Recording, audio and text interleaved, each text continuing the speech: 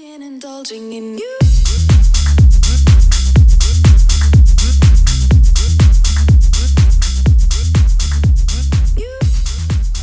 Hey everyone, David Cardo here. Thank you so much for joining us on our very well, it's not our first. It still feels very new to me. It's the third of the Cardo Cast series, and today we've got the amazing Masquenada here. How are we doing, boys? Yeah, good. Thanks for having us.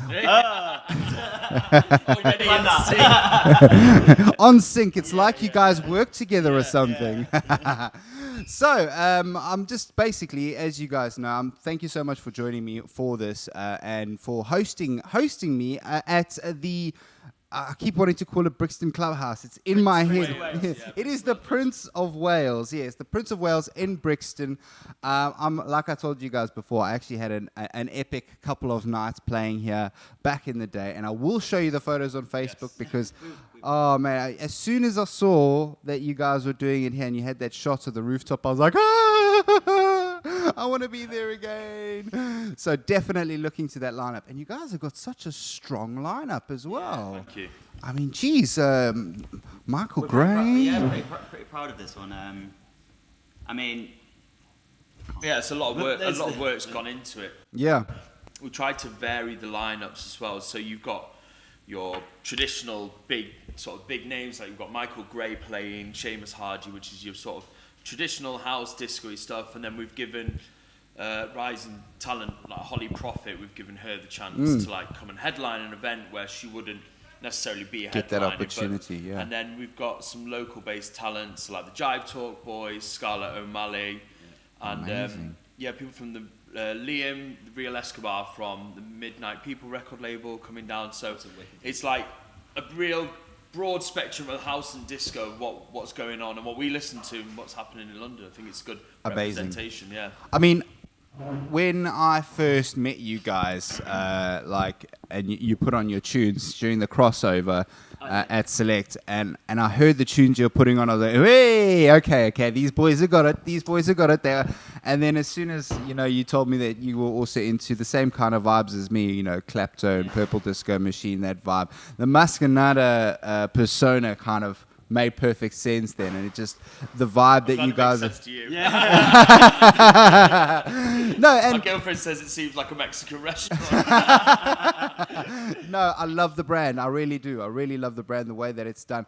And what it does is it doesn't pigeonhole you either, because one of the things that always happens is you go, I'm a house DJ. Yeah. And it's like, what is house? House used to be just like one set genre, and it used to be just like 124 beats per minute, and that's it, and it has to have the 4 to the floor, and that's house. Yeah. And then it was like, oh, but if you go to 128, you're going into techno territory, and then it's like, but it's tech house, then it's techno, and then it's hard techno, and the lines are so blurred right now, and you ask most big artists, and it's not about what genre you're playing, it's about what you got for us. Yeah, and I think we've smashed that from the beginning, I think, with our parties. Like, the Masquenada was born basically from the house parties, really, wasn't it? And the amount of different styles of house music we listen to, it's quite eclectic. So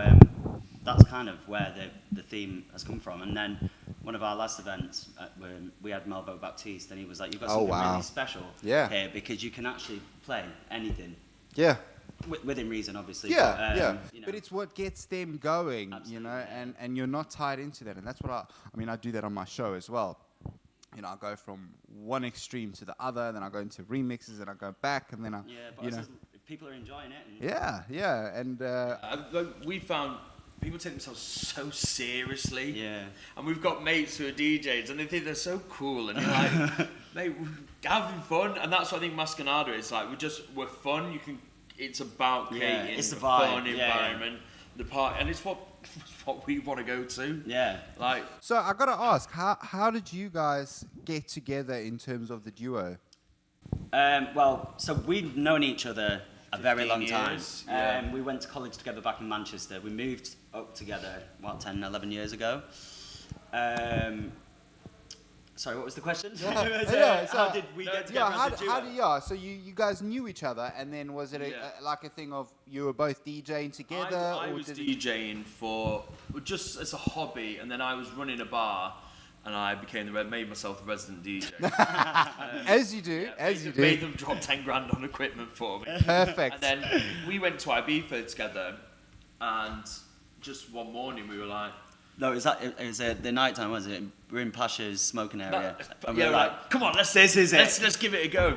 We are getting back and we're going to start a night. And I didn't even DJ at this point. Didn't I? So we're like, we're going to get back, start a night. And we got on it straight away and started, planning the boat party. And then we both had the same vision of what we wanted to do with it. We've always just we've never really disagreed on much. No. Like, we always know where we want it to go and what. You guys resonate on the same sort of frequency as what you want. That is rare. That is very rare. And the reason I say that is because I have looked for many years for that. Because I go, why don't you do a duo? And it's like, it is so hard to, fit in. Like, let's be honest, as DJs, you've got egos. And also you've got your direction, you've got this direction that you want to go and a vision of what you want. So to have somebody alongside you for that vision, they have to see that vision clearly, or at least be willing, and both sides need to be willing to compromise. And that is really a rare thing to find. I couldn't think about doing it without Kyle now. Same. It's like, I love the fact that we get to share it all together. Like, sharing those experiences. I've done things on my own before, and it's like, it's well better sharing that moment with and someone. share the load as well, because it is to put an event on your shoulders. Man, I'm glad there's two of us. The amount of work that we have. I think this often. I'm like, I don't know how people do it on their own. Well, that's kind of the reason why I ended up going down the route that I did, where it wasn't a case of me creating my own night. I was like, I want to do this, but I cannot do it on my own. But what I can do is become indispensable to people who do those events. So, and then I did it for a couple events, and I've done it. I keep putting it to my mate Dan Healy. He does this. He does epic nights. Ritual. I know Ritual. You know Ritual. And I beg him every moment I can, because I normally go to his house on like a Tuesday every couple of weeks or so, and we do some studio time and just hang out, And every time I'm like, mate, when you putting me on the bill? And he's like, mate, and he's got like Sam Divine coming on, and he's going to Mambo in Ibiza. He's playing Cafe Mambo, and it's really going in a big way for him. So for him to put Pokey No Name me on the bill, it's like, no. So then he goes, I need some kits. So I've got a Void sound system. I say, okay, it's 1,500, but do me a deal, and I'll do you a deal. So, make myself indispensable in that way. That's how it is. It's like, with this residency that we've got, so we're doing every 2 weeks, we're getting to give people an opportunity who might not get to go. If we were doing one lineup, because we've got 3 residents, we'd only have, like, say, 2 other acts. But we're giving loads of people opportunities, and it is a case of, like, we'll scratch yours, you scratch ours. And now we're getting gigs all over the country. And festival bookings, because we give them the opportunity to come and play in Brixton, like one of the best venues in the country. This is the way the industry should be. And then we exactly. We were literally, I was talking about this, I actually spoke about this with Sam Dowling, that, and Dan. It's this industry, it's not about I'm going to succeed and sod the rest. Deepak Chopra, if you guys ever do meditation or anything like that? No.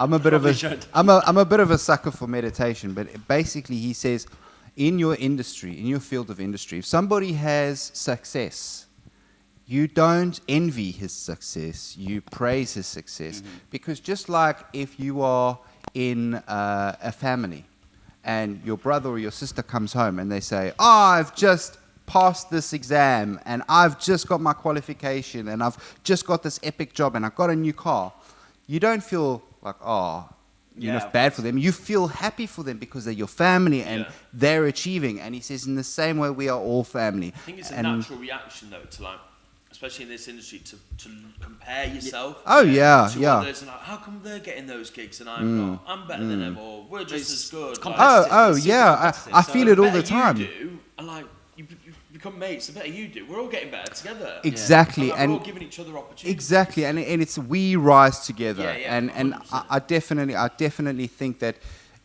those people in the industry that fall to the wayside are those that don't understand that, because one, the more time you spend in the industry and the more time you get in the circles, the smaller the circle becomes, and the more you realize how everything is actually so connected. So, oh my God, yeah. But we've worked with some people that we thought, oh, this is going to working with this person is going to really help us out, and we were giving them gigs and doing whatever, and then they just did fuck all for us. Yeah. And they wouldn't like, and you're like, oh right, this is a one-way relationship. Yeah. We're not going to work with you anymore. Yeah. And then I've now seen these people not getting any other work, and then they're wondering why they're not getting anything. Yeah, I mean, I'm always... So I've been guilty of it before, where I cut people off too quickly. But if you... I've had it before where I had an amazing contract on the Thames and on the boat parties. Oh, really? So, yeah. So I actually do a lot of them for a good friend of mine, Jack Brown. Jack, shout out to you, big boy. And he... Hello, big boy. yeah, and he's still got the contract because he runs a company called Fix Entertainment. So he does the boat parties on the Thames for city cruises and so on and so forth. But there was another company, I won't say who, but I was working for them. It was great, and then my mate was like, "Oh, if you could chuck some work my way." I was like, "No problem, mate. We work together. No, I know you can do the gig, and for me, that's paramount. I will never recommend somebody if I don't think that they are actually capable of doing the gig." Yep. So I put him forward for the gig. A couple of months go by. I'm like, What? Yeah, it's summertime. Where's my gigs? I haven't been on a boat party in ages. And I was doing the Thames, and then I was doing London Dungeons, London on the bridge, Tower Bridge, all of those kind of gigs. They all just dried up, and I'm thinking, what's going on here? So I phoned my mate. I was like, hey, dude, what's the crack? And he goes, oh, no, I thought you because you live in Kent. He lives in London, and he said that any gigs should rather go to him first because he's closer and it's easier for him to get to. Yeah. That's brutal. And I'm a full-time DJ, so he's literally taking the food out of my family's mouth. And when you do that, my blood boiled, and I was like, you lost it, mate. Yeah. You lost it. Yeah. You shot yourself in the foot. Same with other guys. It's like, if I'm getting you the work, tell me that the guys asked you to come and DJ. If you've got a gig off of a gig that I've given you, just have the decency to say, hey, mate, I got a gig off the back of that gig. Do you want a kickback?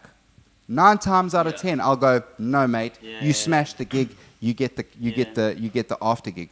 Don't go to the customer after the fact and say, hey, I can sort you out cheaper. Because that's happened as well. That's a friend as well. Yeah, that's happened as well. But when you're in the industry, these things do happen. Yeah. But what's happened?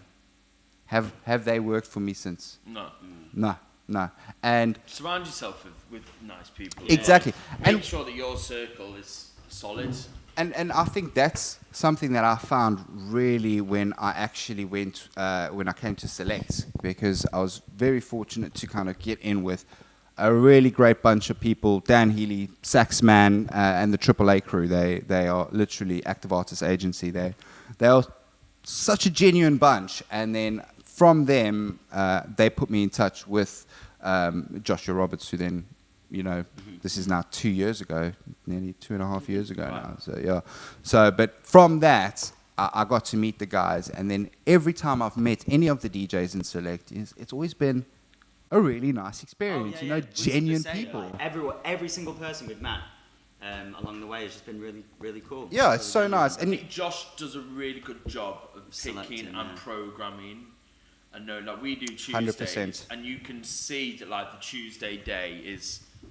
We all fit. We all fit in. Like it. I mean, we all play different types of stuff, but You can see the way he's and the progression of job. the day as well, Yeah. because you got the you got you guys come on, and then James Lee comes on and takes it to that kind of glitterbox kind of vibe, and then I come on with a bit more of that commercial edge for the drive time, and it just follows the whole. He's done a really. Zen Grooves comes on and then smashes it into the evening. It's a Who's on after you, sorry?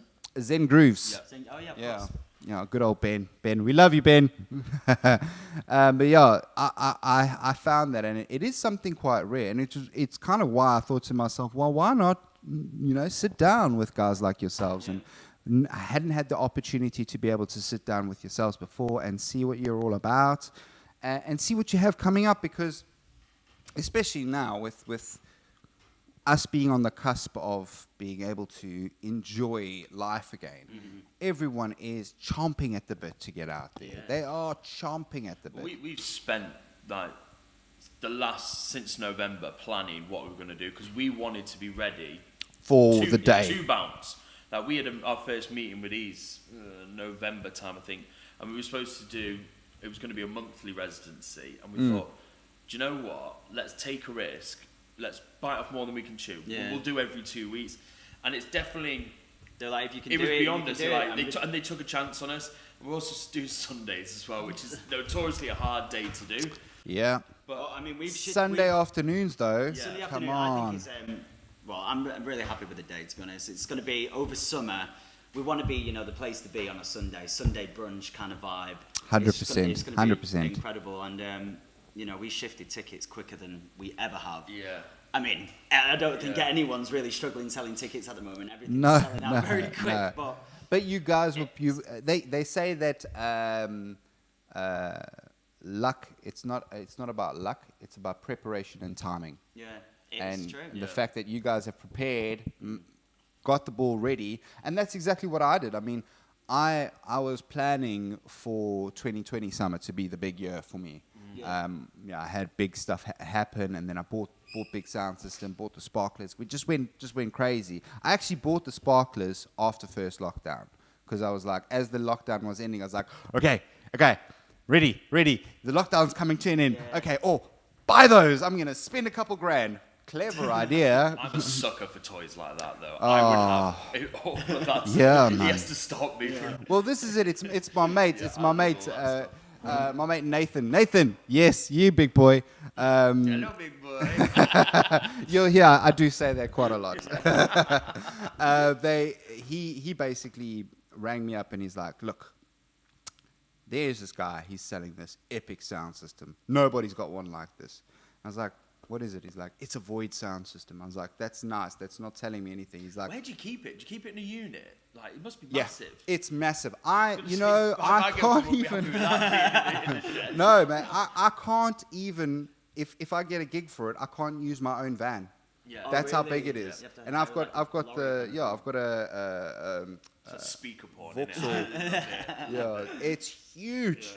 I mean, if you check my Instagram, you'll see me holding just one of the tops, and it's a 2-man job to put the top on. Jeez. But the look of it was more than. He said, mate, you got to come and look at it. You got to come and look at it.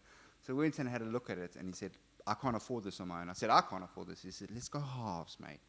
And we had done that before, because I bought a magic mirror for the wedding side of business that I do. So I bought a magic mirror, and Magic mirror. so it's like a photo mirror, but it booth. takes So you got it's like time to take a selfie, and then like the image comes up, and then you take the photo, and then you can write little notes, and it's just a really nice thing, and it's a bit easier than a photo booth, because a photo they booth must be takes up. expensive. It was bloody. We had one. I think it was like £1,000 to hire it. I mean, ours is not that expensive to hire anymore, but it was a pretty penny, and we went halves on that, and it was a big risk. It was a big risk at the time, but we went halves on it, and we made our money back. And I was like, okay. So then he rang me up and he goes, I want a Void system. I was like, okay, let's go have a look at this. So we actually drove up north to where the dealer, the official Void dealer, was. And his name escapes me, but he really helped us out. I mean, it was so expensive, we had to buy it in bits. So we bought the tops, then we bought the poles that hold the tops, then we bought then we bought the subs, 2 subs, and then we bought just the amp. Oh yeah, then we bought the amp for the tops. Then we bought the subs. Then we've got the amp for the subs. So it's like we've had to buy it in pieces because it's just so expensive. Did you have like much like sound engineering practice before, like? What, myself? It's a big rig to control and look after. Like, Well, I was you very have to know what you're doing to so control a massive unit like that. well. The beauty of that is, so you've got before I started in this, I actually worked for a company called the Pop-Up Festival Company, and I got schooled in pretty much like how to connect all, like, you know, sound and lighting, power, everything. So I had to learn everything for the whole event infrastructure. So so doing the CAD drawing, then doing the overlay of where your water and electricity and your sanitation and all of that is. Then on top of that, your security and your staffing, and then the tents and the sound. And then when the sound goes in, how the sound limiters, if it's going to be a short throw, long throw system, if it's an outdoor event, indoor event, all those kind of things, health and safety. So by the time Alfresco came about, I learned how to work a turbo sound rig. Yeah. And that thing's a beast, you know. I mean, that's like the turbo sound rig, I think, is like 14 years old, but it's still like hits hard. I mean, you put that up against a Function 1, and it does the job, you know, 100% any day of the week. So yeah, I am missing sound systems. Yeah. That is one thing that I can't wait to get my Yeah. Like, I mean, this thing was huge, and when we plugged it in, we were like, oh. But the beauty of it is that we also got hooked up by a great company down where I stay in Paddock Wood, and these guys, they were my go-to for everything, like for anything you kind of need. They're so helpful. They're always there. I'm not going to give the name away because they're my secret. But they basically, we went in there and we said, oh, this is our situation. We don't have bottoms yet. So we want to try to test this out. So this was halfway through buying the rig. So they actually, because you've got your specific amps that you've got to use for the Void sound system, but they actually also work on PowerSoft amplifiers, and these work off. So you get your pad, and then they actually set all the presets for us for the amplifiers. So because it's a plug. Because of the way that we bought it as a plug-and-play system. So that amp is only for that rig. Those wires are only for that rig. That's all together. So we don't have to mess about with it. We just get there, plug it in, and it works. Yeah. And so we did that. We bought that. And then we did a gig in Pitch and Piano with G.W. Harrison. Oh, and really? He absolutely fucking smashed the place apart. Yeah. It was so good. And this is just 2 tops and 2 bottoms, hey? 1,000 people, mate. It was like, I'd say about 600 people in on the dance floor, you know, and it was just like, no, this was in Tunbridge Wells. Yeah. Now, Tunbridge Wells, I don't know if you guys know, but Tunbridge Wells is full of DJs. Like, yeah. Is it Kent? I'm trying to think. Kent, yeah. Yeah, it is Kent, yeah. Now, the reason That's is... random. It's like well posh, isn't it, Tunbridge Wells? They say that, but they Royal say... Tunbridge Wells. Royal, yes, because the Queen was there once upon a blue moon, and they've decided to keep the royal side of it. Yeah, but I mean, yeah, Tunbridge Wells and Tunbridge is full of DJs because of the links into London. Yeah. So it's easy for me to get to Brighton. It's an hour to Brighton. It's 40 minutes into London. It's an hour for me to get here. So, you know, it's an hour and 20 thanks to the traffic outside. But yeah, it's a really nice location for loads of DJs. You guys should come check it out, man. Yeah. I can't wait. I want to do an outdoor party. That's what I want to do. Just I think, in the woods. What we've ended up doing. Yeah, we've just booked another boat stuff as well. It seems that everything. We need to get some clubs. Club bookings, I think. But don't, mate. It's all going outdoors. Yeah. Everyone wants to be outdoors, and I mean, one of the best things about Alfresco is where it is. I mean, where's the site?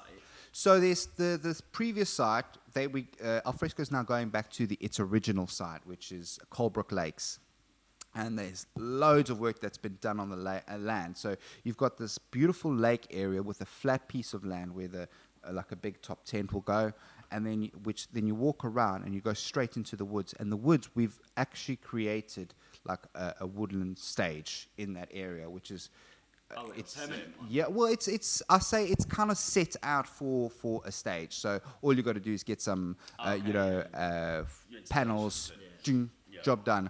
And then what normally happens on the pre-build for alfresco is we go in there, and Pete said he goes in there and like literally builds full-on DJ boxes, proper, roof overhead, and then they go wild, and then they put the people on them and go decorate, and then they go mad. And the one where you was all covered in denim. The other guy, it was full of denim, And then the other one was really cool. They did. I'll actually show you guys the video after this. If you guys want to check it out, you can also see it on the channel. And don't forget, if you are watching so far in, give us a thumbs up. Don't forget to like, share, and subscribe. It's free to do. So go ahead right at the bottom of this video. So where was I saying? But the other stage, they had this amazing artist that then took logos and then converted them. I can't remember his name, but he was a brilliant London artist. So, like, instead of the Land Rover logo, it would be Randy Lover. And like loads, and he plastered them all over the one booth, and then they had moving heads on the top, and then they put loads of things in the from tree to tree, and it was just like, so you're walking in now, the sun's starting to set, and there's uplighting, different colors uplighting on all the trees, and they're playing this Balearic house music that's just going through you, and you're just like, it's so good. I'm gutted. I have to miss it this year. I have to miss it. Unfortunately, I'm just too booked. Too booked. Not a bad thing. It's not a bad thing. It's not a bad thing, but I do look forward to it every year. It was kind of it's like, yes, it's alfresco time. So hard work. There's no denying it. When is it? It's in August. So it's going to be bank holiday in August. Right. So I think it's the end of August. But they've also the creators, Mark and Nikki, that they've actually got other festivals that they're also doing around alfresco. So that alfresco is the baby basically of Balearic music, and you've seen the lineup, so you know.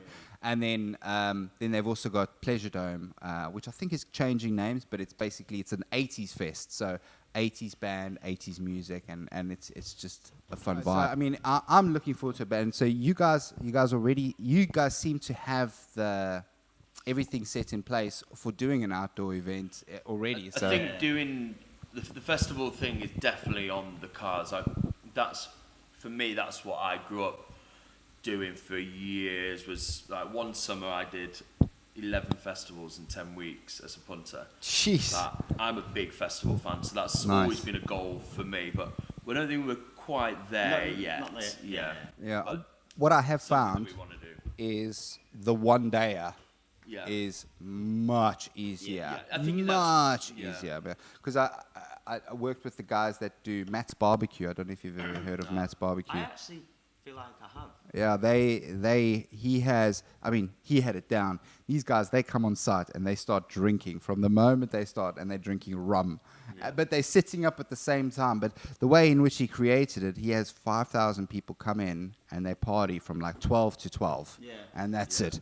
And then that means that you don't have to have overnight security, past, and then you're paying exorbitant fees for that. You're not having to pay for the second round of the toilet cleanings and all of that. All that kind of stuff that just costs a lot of money. And the staffing of it is astronomical. It just shoots it up from like a one day where you can spend maybe 20, 30 grand and make, if you're lucky, 60. Or you go to the 2-dayer, it shoots up to 60, 90 grand straight away, just because it's overnight and the amount of infrastructure that you need for that. So it is pretty crazy. So small and steady wins the... I think it'll definitely be a one-day. For sure. That would be a goal. I know a guy who's got a good sound system. Yeah, man. So other than that, I mean, what are your guys' interests? What do you guys do in your spare time other than Masquenadas? It feels like nothing else at the moment. I don't have any spare time. But we're both from like theatre backgrounds. We're trained as actors. musical. Okay, theatre artist, okay, I wow. was in Miss Saigon in the West End. Yeah. And I did Jeez. not that big shows. You did the off West End. Yeah. Amazing. So I think it's the narcissistic. We like people clapping. Yeah. So the DJ was just the next logical. It really was, yeah. It's like, look at me, I'm amazing. And then it's like, I think I'm done with that. I'm going to take on something else. But I think it also like working in theatre, learning, like I learned technical stuff in theatre. So that's definitely, and how a show should work. I know that like we try and make sure that like it is a show when you come to the Masquenada parties. 100%. You always make it a show. Yeah. It's not just one person playing. There's a lot that goes behind to create. I say this quite a bit. It's like a recipe. Yeah. To make a successful party, you have to have all the right ingredients, but putting them in at the right time. Yeah. Because you can have all the bits and pieces, but they just don't gel and it just doesn't work. And there's loads of nights that just fall along the wayside because of that, because they don't have the right recipe or they're putting it together in the wrong way. So, I've been to plenty of crap nights. I've hosted a couple myself. I'm sure you might have been to one of mine. No, but so I definitely feel that. But like you say, it's the entertainment industry as a whole. I love that. I also the feel customer that. demands more now. Yeah. It's gone beyond the music now. Now you do expect a show. Everything has to be right. Decor, the lighting, the introductions, like how the DJs are coming on, how people feeling, how they're getting to the bar. Do you have people to interact with them? Stilt walkers, and that's becoming big things. All those kind of additions to it to make it a performance. New elements with the COVID safe kind of rules for the next few couple of months, and I don't know what the trials are going to be like. But I mean, did you read the article in Mixmag about the trials that were taking place? Yeah, we know about it. So so basically, I mean, it makes perfect sense because UV light is used to kill bacteria, simple as, and viruses. Tube, don't they? They use UV to do the banisters. Yeah. So there's no interaction; it's not touching. So what they've done is they've integrated in China and Japan and all across Asia, most of them have them in their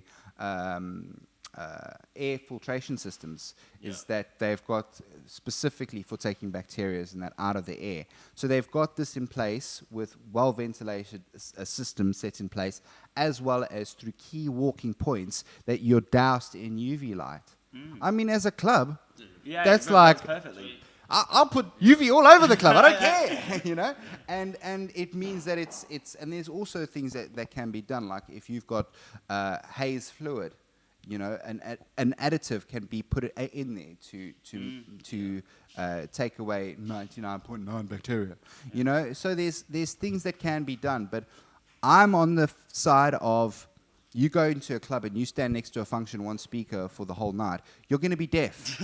Okay? There is a sign on the wall that says you don't stand there. You run the risk of being in that.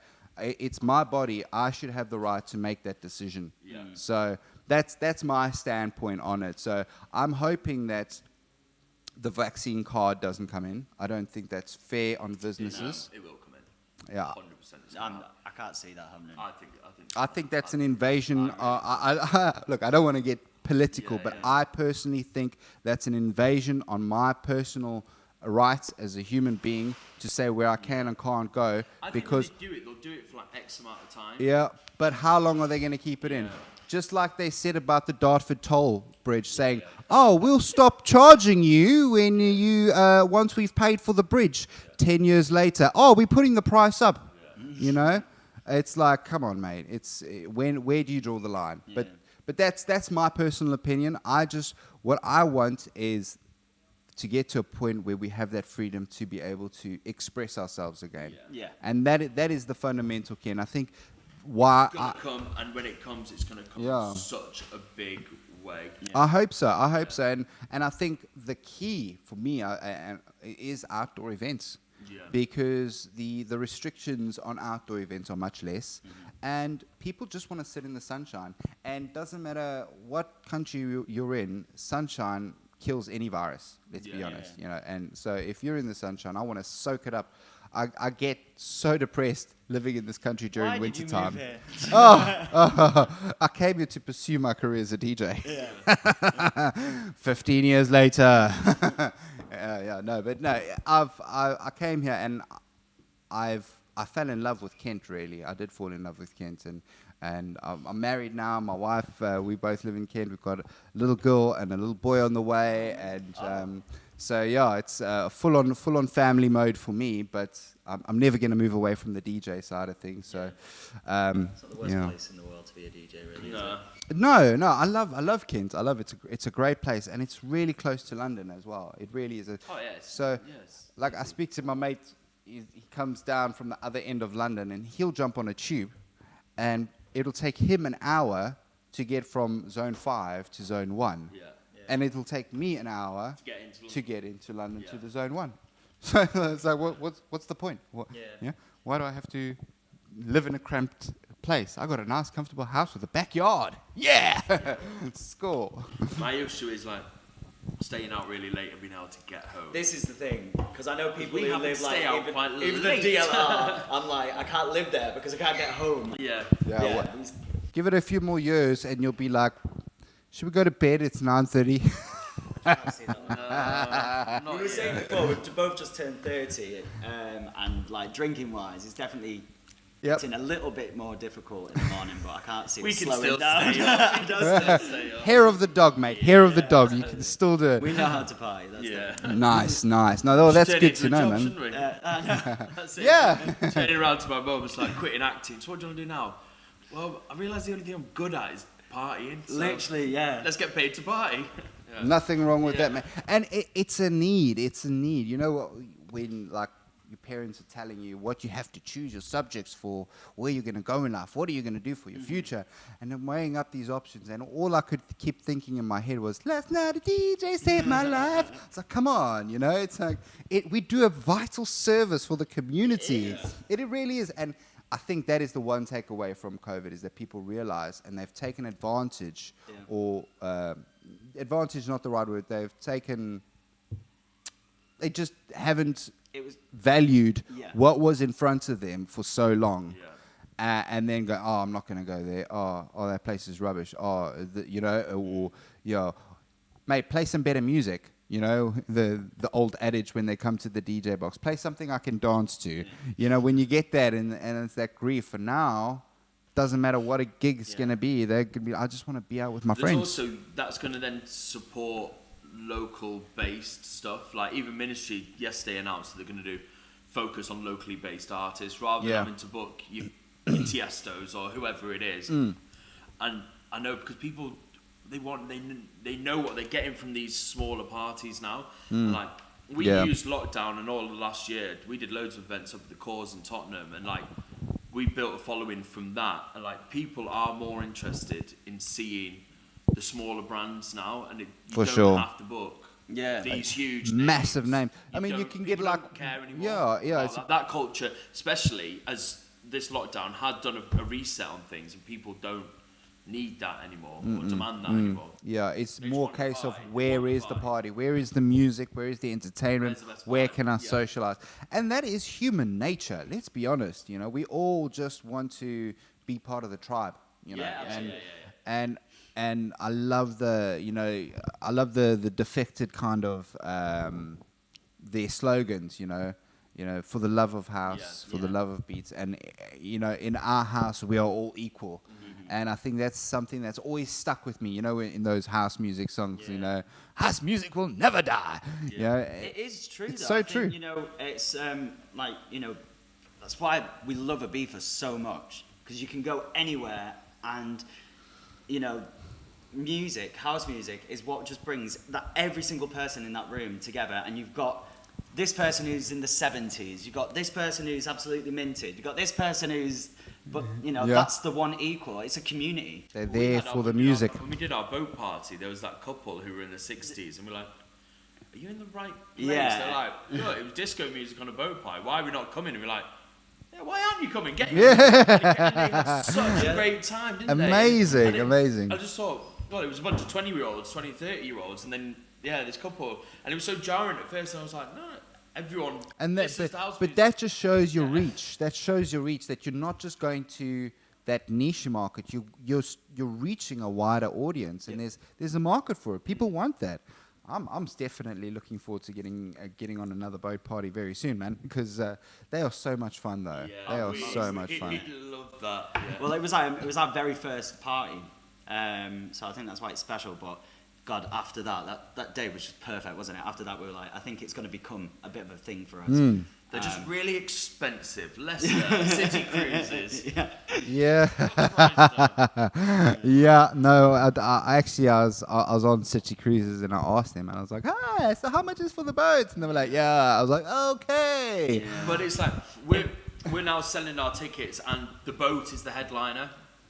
So we're just going to do, well, we haven't announced it yet, so this could be a little announcement. So July the 31st, and the boat is the headliner. I think that's what people are coming for. Like, we don't need Yeah, to great. book It's so much fun because you just go up and down and you go way past where you would normally see on the Thames. Oh, God, yeah. And then we you had them, well, not just for us, but Tower Bridge. It was just for us. Was it? Yeah, Tower Bridge opened up. And, Ah. and it was just With- like... with that morning, we're just we with woke- each other like oh, that we've was- made it now. Yeah. I'm in the industry. No, that's brilliant, mate. That's The brilliant. sun as well it just came out of nowhere. It was like raining just before we got on the boat, and it was just, it was the most perfect day. It was just like red sky. Oh, amazing, Stunning. amazing. So yeah, 31st of July, definitely. Yeah, so yeah, I was going to ask you. So you've got the 31st of July. Have you got any other big things that are coming up outside of being over here at the Prince of Wales? Yeah, we're playing for Goodlife. We're running a stage for the Goodlife team. It'll probably be announced by the time this comes out. So it's Move D is playing, and it's at Ernie's Yard, Okay. which is a new space in Canning Town. So it's Yes. going to be a massive 800 capacity day festival there. Fantastic. And we're running a stage for them. We've got Liverpool. In Liverpool made the 21st. We've got Michaelgrey playing for us there. Amazing. And then we haven't announced dates yet, but we're doing Manchester. We're doing a boat party in Manchester on the 15th of July. Then we've got Sheffield and Leeds in September as well. Amazing. Guys, and don't forget, we will post all of this information down in the description, in the chat, so you can see exactly where Masquenada is playing and what is coming up, because big things are coming. You don't have to come to us. We're That's very it. excited to you. Yes, yes. We wanted to take it. We're from up north, so we wanted to do something up north. But we're like, the only way to expand and get the growth that we want to get is by rolling it out across the country. Yeah, no, it's right. It's you've created a brand, and the brand is being pushed out. I'm seeing it, and not just because I'm following, but because I've got, you got multiple profiles. You can see what's going into what areas, and Masquenada is coming up in the feed more and more, and the fact that, and it's also the lineup that you put together. And I did think to myself, I thought these guys are a professional outfit, the way that you've come across, because it's not easy, and being in the industry and knowing the work and effort that it takes to just put one night together and to get all the artwork and the footage and everything like that. Like I say, We've worked in venues. Like, I've worked in nightclubs for a couple of years, and like worked in venues, so we've seen the other side of it. Yeah. Like, so I know what needs to be done. Yeah. And like how to program a lineup properly and things like that, because you can bang on. I don't know. You see with these tech house events, and they got these like massive DJ, and then it's like 20 of his mates, and you're like, yeah.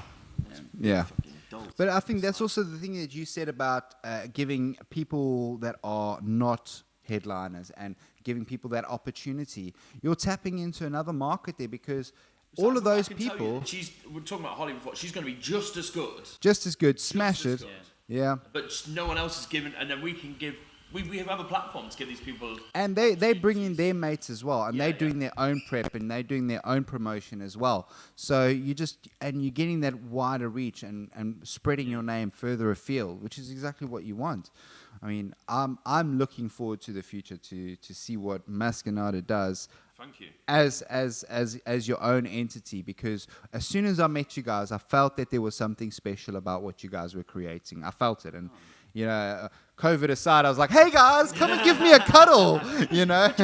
Yeah. So no, I felt that. I thought, and I heard the show, listened to your shows. Every time I can catch it, I'm there. I'll put it on, and I'll have it on in the background because the flavor's great. I love the vibe. So I'm very much looking forward to what you guys have to come. And then last but not least, before we end, I mean, is there anything that you guys have in mind for your future beyond the next, say, year or 2 years? What do you see yourself doing? We're dreamers, aren't we? Yeah. We spend a lot of time Planning how we're going to spend all our big millions. plans. Yeah, literally. But we want to take Masquenada, you know, as high To as the it stars, can go, mate. Yeah. basically, and then we're in talks of other. Yeah, I think kind of ventures. we're gonna do other events because I mean I'm a massive drum and bass fan, and it's something I've wanted to do for ages. You're not really into it, but we know how to do the events, and you want to do techno, and then we want to do a gay event night as well. So Yeah. we're both big fans of RuPaul's Drag Race, so we want to do like sort of that sort of themed events with drag queens. I cannot remember the name of the band, but basically, a good friend of mine, JJ from the Alfresco crew, he booked this band. These guys came on, and they came with a full drag crew, full dragged up, and Dirty.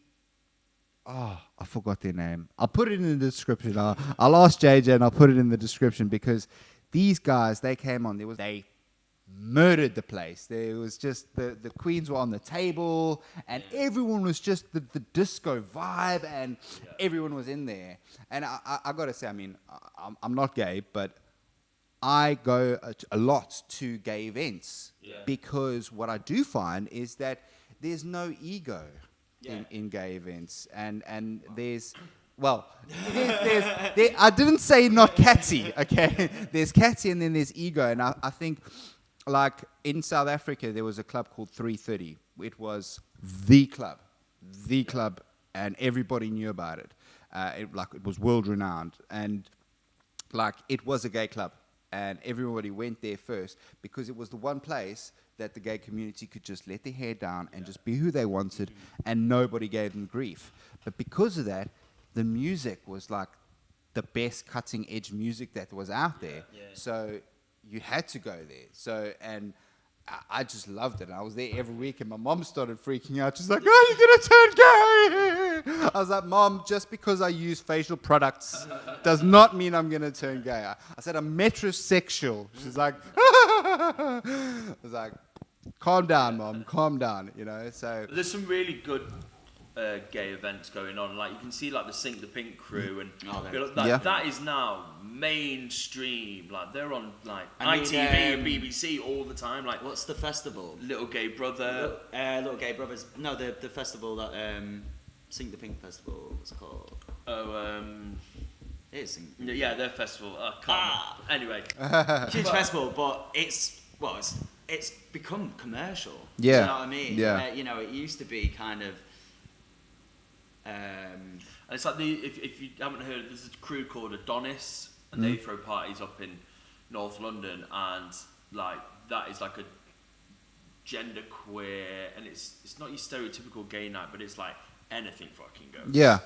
But the music and the techno that they're playing, like you said, is at the on forefront, point, and it is on point. Yeah. Bang. And that's it. And people that are going to those events are the open and are there to experience the event, you know. Exactly. Rather, and it's I'm not gay, but I'm there to party. Yeah, I'm there to party. Yeah, sweet. I'm having it. I love it. And what I found compared to, and I struggle as a DJ. I struggle to go out. I do because, like I say, most of the times that I ended up going out, I was going to a gay club because I didn't have to. There wasn't any male bravado being shoved in my face or having to push myself. And then also the fact that I have to pay for my drinks. I have to wait in line. I have to do all of this crap and, and go through security. And then the security guy's looking at you like, whereas, I do miss that, though. Oh, no, it's been a while no, since I've seen a bouncer. Yeah, no, I just like being able to walk into a venue, and I love 3:30, and I know I'm taking it way back in the day, but where you used to be able to jam and everyone's jamming in lines, and then you're jamming to the person next to you, and he's like, yeah. Oh God, I can't wait. Can't wait to just be sweaty. Arm around the person. You're like, oh mate, I don't know who you are, but I love you, and you get into it, and it's just like, that's what it's all about for me. So I'm really looking forward to getting back to those kind of days again. Same. So. On that note, I got to say, looking at the time, oh, wow. It seems to be the magic number. Around 50 minutes seems to be the magic number for me. Thanks for having us. Yeah. Well, thank you so much. Like I said, it's really nice. Having heard you guys, it's just something new. And the goal for this is so eventually that all the select guys that want to come on, we can have a chat. And then by me doing this, everybody in the Select family gets to learn more about each other, and also people outside of the Select that get to see, hey, there's a whole hidden wealth of talent just below the surface of what everyone sees in the mainstream radio stations and stuff like that. And I'm so looking forward to how the new studio, you've seen the new studio become mainstream. Because the talent is so good and what they're doing. And it's just bubbling. It's just bubbling below the surface. And the studio is coming together so nicely. I've even started making my new jingles. I've been looking at it for months. Months. Yeah, every time I walk in, I'm like... I actually asked John, I was asking the guys, I said to him, I walked in and I was like, can I take a photo? He's like, no, not yet. I said, what about the on-air box? He's like, no, I'm saving that. I was like, okay, I'll save it for later.